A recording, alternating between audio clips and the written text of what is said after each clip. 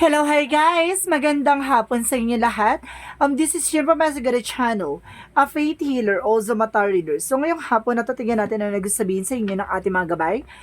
This is a weekly gabay for the month of October 9 hanggang October 15 for the sign of Taurus. So, Taurus, welcome to my channel.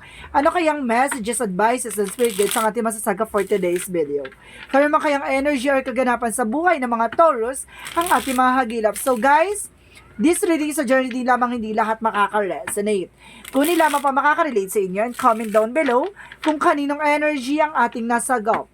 And of course, don't forget to like and subscribe my channel and hit notification bell for more videos update. And of course, guys, maraming salamat sa walang sawang pagsuporta sa aking channel.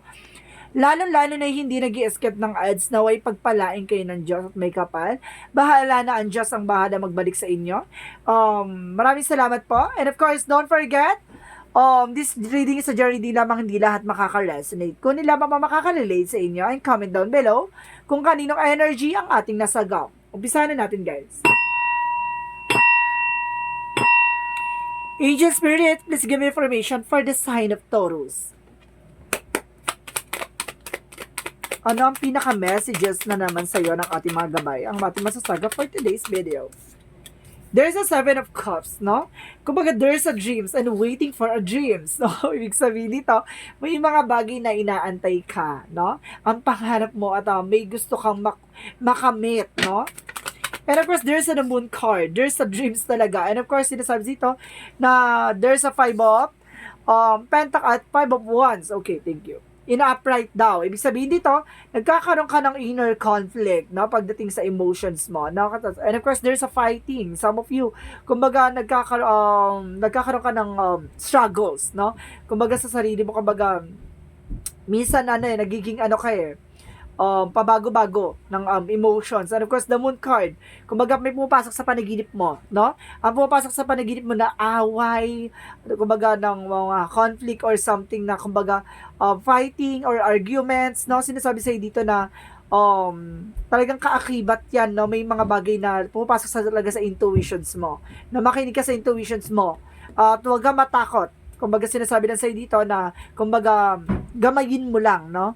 Because there's a Ace of Pentacles, there's a new beginning and new material offer, no?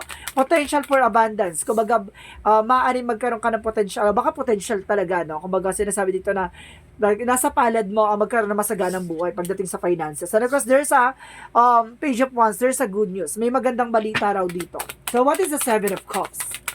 Because there's a Knight of Pentacles. Kung gusto mo matupad yung pangarap mo, be a practical, no? And be patient, no?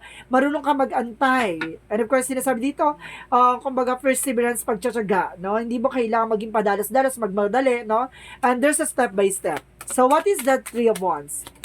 3 of Wands represent at 2 of Pentacles, maging balance ka, no? Maging balance ka dito, emotional, practical. So, sinasabi dito na kailangan mong sumabay sa agos ng eksena. Trouble and waiting, no? At mag-moving forward. So, what is the moon card? Ano tong revelations na to or something? Or moon or dreams or something? Okay, sinasabi dito na matatapos na yung burden, no? Kumbaga, matatapos na yung mga bigat, pasanin, na paghihirap na pinagdaanan mo or pinagdadaanan mo until now, no? In the current situation, sinasabi sa'yo dito na makakaalis ka na dyan, no? There's a dream coming true. What is 5 of Wands? So, there's a 10 of wow, there's a 10 of Cups, there's a happiness, no?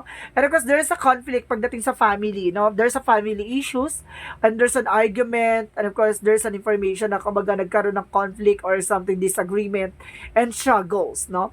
So, what is the Ace of Pentacles? At the same time, there's a 4 of Pentacles, no? Kumbaga, kung gusto mo makawa at makamit mo tong tagumpay at abundance na to, protect your power, protect your energy. Huwag ka maging padalas-dalas sa paggastos. Sinasabi sa'yo dito, magtipid, mag-ingat sa paggastos. Hold your finances in a good way, no? So, what is the Page of Wands? What is the Page of Wands? And of course, there's an Ace of Cups. Wow, a new romantic cycle begin. And of course, there's a new beginning. And of course, a new romance. Now, sinasabi dito, there's a fertility or something celebration coming in for you. No, ito yung good news no? And of course, there's a temperance, sa perfect timing, no? Kumbaga, ito yung pangarap mo, makukuha mo talaga in your perfect timing. Kapag talagang i-unfold na siya, kumbaga, pag may isa sa katuparan na siya, at ilalahad at mabibigay na sa iyo yung mga bagay na yun, lalo-lalo yung pangarap mo, makukuha mo, no? Kailangan mo lang habaan ng pasensya mo. And of course, there's a King of Cups, there's a devoted and supportive person, no? Kailangan maging mature, compassionate male ka, and of course, kalmado, at caring ka kung ano man yung pinanghahawakan mo. Sinasabi lang sa'yo dito, maging mature ka at kailangan control mo yung emotions mo at maging balance ka. And of course, sinasabi dito, maging devoted ka, no? Pagdating sa pinanghahawakan mo. And of course, you are being a generous also, no? And of course, there's a Knight of Swords. Sinasabi dito, there's a mental clarity. Ngayon, parang malalaman mo na katotohanan na, kumbaga, yung bigat yung iniisip mo or something na sinasabi sa'yo dito, matatauhan ka na.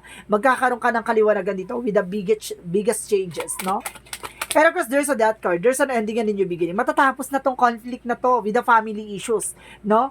Kumbaga sinasabi sa'yo dito, this is the ending and a new beginning. Magsisimula na panibagong eksena at matatapos na about sa spiritual transformation, no? Kumbaga, there's a new beginning and of course, a new fresh start and transition, no? Babaguhin tong eksena na to. Na sinasabi lang sa'yo dito, na kailangan mong maging, kumbaga, control yung emotions mo. So, what is the Ace of Pentacles and the Four of Pentacles? And of course, there's the word card. Wow, a trouble. A lot of success is coming your way, no? Meron fulfillment dito na maraming kakataparan sa mga pangarap mo in all aspects, no? Kumbaga sinasabi sa'yo dito, kumbaga buong buo no? Lahat ng aspeto talaga sinasabi sa'yo na magtatagumpay ka. So, what is the Page of Wands? And of course, the Ace of Cups. And of course, there is a Queen of Pentacles. Sinasabi dito maging kumbaga good sense pagdating sa finances, no? Kumbaga pagdating sa negosyo, hanap buhay, kailangan maging mature ka. Kumbaga maging business, kasi there's a businesswoman or businessman dito. Sinasabi sa'yo dito maging mature, and of course maging grounded ka kung ano man yung pinanghahawakan mong finances. Kung ano man resource of income mo, kailangan mo tutukan yan. So what is additional outcome? Additional outcome is the Justice card. Justice will serve, no? Ang hustisya ay nasa sayo. Makukuha mo what you deserve. At the same time, there's a balance. Magiging balance ka dito. And of course, there's a Seven of Pentacles, there's an harvest time. Makukuha mo yung mga bagay na gusto mong makuha. Kumbaga lahat ng sacrificial at paghihirap mo, this is the moment na para makuha mo. And of course, there's a Fool card. Now, there's a new beginning and fresh start of freedom and originality and adventure travel. No, maraming eksena dito kaakibat na, kumbaga, maraming enjoyment na magaganap dito. So, let's see what is the Love Oracle card.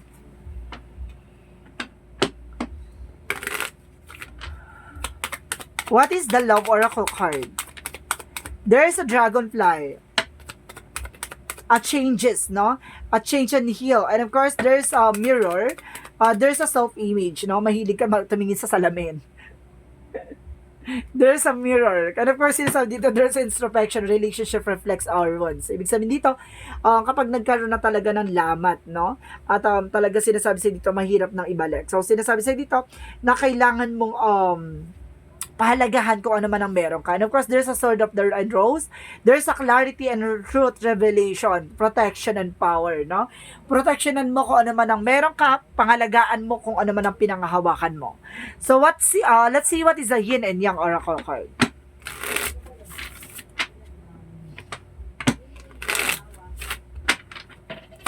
What is the Yin and Yang Oracle card? There's a receive. Wow, may marami kang matatanggap dito, Exenity. Because there's an alchemy, ancestor guides, no? Ginagabayan ka ng mga yumao mong mahal sa buhay. And of course, there's a contract, career, and commitment, no? Sinasabi sa'yo dito na kumbaga magkaroon ka ng contracts, commitment, and of course, career. Pagdating sa career, kailangan mo maging mag-commit ka dyan, no? Tumutok ka dyan. And at the same time, kailangan magkaroon ka ng kumbaga, mag-focus ka dyan. Yung parang lahat ng mga bagay kailangan ka dyan, nakatutok ka, ganon. So, what is an angel's number?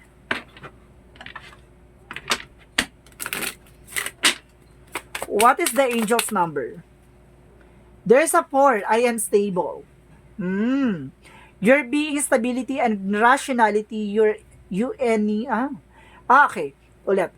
You bring stability and rationality to any situations. You are the rock, and your hard work and perseverance make you an dependable friend, partner, and colleague. So see, kumbaga stable ka, no? Kung ano yung nararamdaman mo, emotional, practical, kung ano man yung mga paghihirap, mga sakripisyo mo, kumbaga kaya mong magtiyaga, no? Kaya mong panghawakan kung ano man ang pinanghahawakan mo, ganon. Kumbaga meron kang stability and control. Wow, okay. So, what is additional messages? What is additional messages? And of course, guys, there's, I remember, soul plan, no? May mga, the fated life versus the destiny life. So, see, kumbaga talagang itatadahan at ilalaan talaga ng Diyos at ng ating universe yung mga bagay talagang plano ng God or ng ating universe para sa'yo. No, mas maganda yung nag-aantay ka na lang sa plano nila na mangyari, 'di ba? Kaysa sa plano mo. 'Di ba? I-surrender mo. Ano pa sinasabi dito? You're not alone. Hindi ka nag-iisa, no? Sinasabi sa dito ng lagi matatandaan na there's a community na laging gumagabay at mayroon talagang kumbaga affection and of course reflection pagdating sa inyo, the two of you ng iyong person. So what is a chakra? Discovery. Marami ka madidiscover sa sarili mo. No? And of course, there's a guilt, no? So, ibig sabihin, marami nagagalit sa'yo. Marami naiinggit. Mag-ingat. Diba? And of course, sinasabi sa'yo dito, there's a bittersweet, no? Pagkatapos ng pait, may tamis ng tagumpay. So, what is the mythology?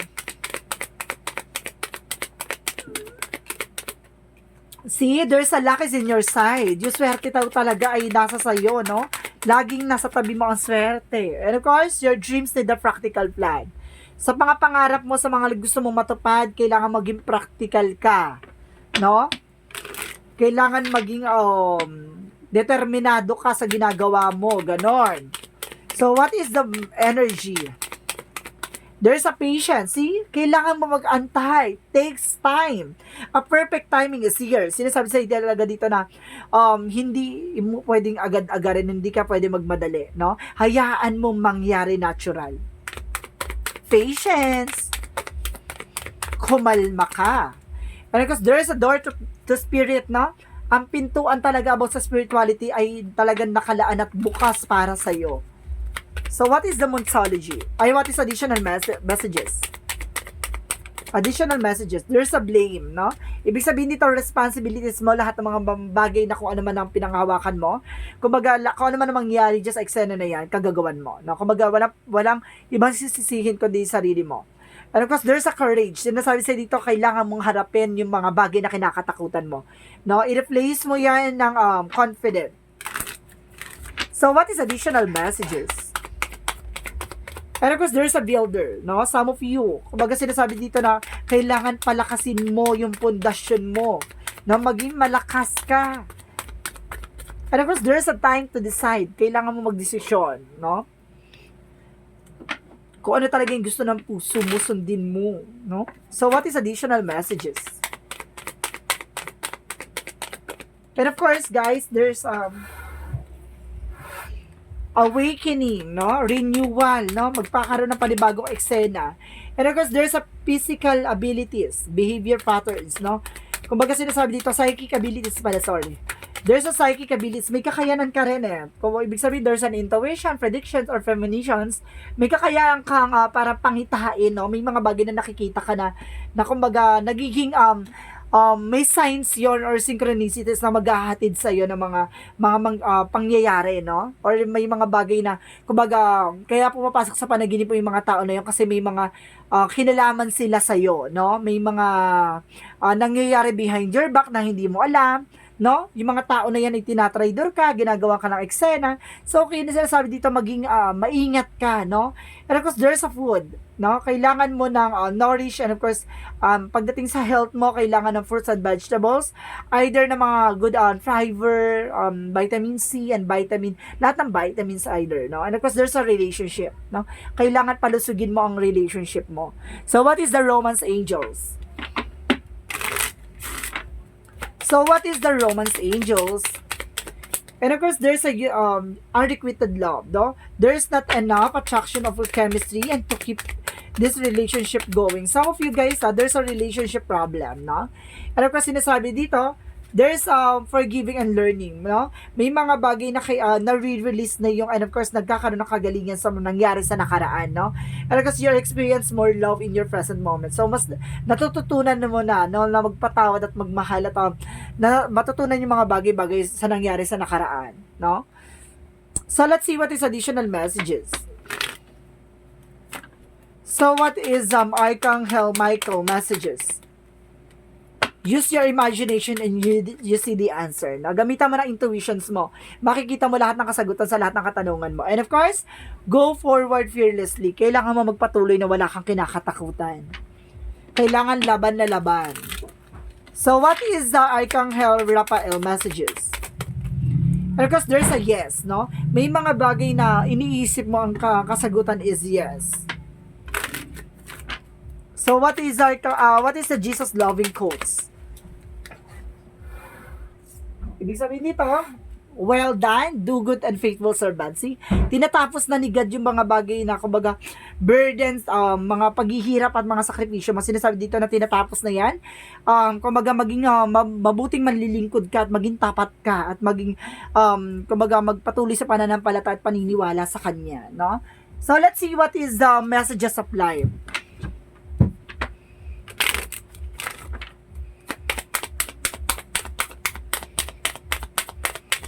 What is the messages of life? I reap what I sow. Today I remember that all I think and all I do will come back to me in some way. I understand that I am reap the fruits of what I sow and fill my life with thoughts and deeds of abundance. Light and love I sow did seeds, knowing will harvest to greatest of the riches. So see, kung ano man yung tinanim mo, alam mong siyang aanihin mo, no? Kumbaga may mga bagay talaga kung ano man ang ginawa mo at kung ano man ang ginawa sa'yo ng mga tao sa paligid mo, ang mga taong gumawa sa'yo ng hindi maganda at babalik sa kanila what they deserve. Na kumbaga sinasabi sa'yo dito, naniniwala ka sa universal law of karma. Naniniwala ka kung ano man ang ginawa sa'yo, may kaakibat yan na kaparusuhan.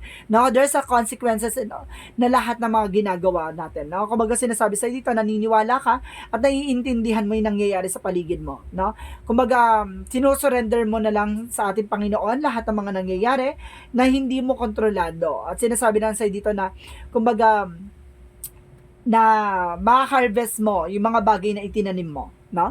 So guys, this reading is weekly gabay for the month of October 9 hanggang October 15 for the sign of Taurus. This reading is reading lamang, hindi lahat makaka-resonate. Kung hindi lamang pa makaka-relate sa inyo, comment down below kung kaninong energy ang ating nasagap. And of course, maraming salamat sa walang sawang pagsuporta sa aking channel. Lalo na hindi nag-i-skip ng ads na way pagpalain kayo ng Diyos at may kapal. Diyos na ang bahala magbalik sa inyo na mabuting kalooban nyo. Maraming salamat po. And of course, don't forget to like and subscribe my channel and hit notification bell for more videos update. And of course, comment down below your full name, birthday, and of course, location nyo. Kung asan man kayo sulok ng mundo, baka sa susunod na reading natin, baka energy mo na ang mahagilap at masagap ng ating mga gabay. Maraming salamat and see you in the next video. Bye-bye and babush!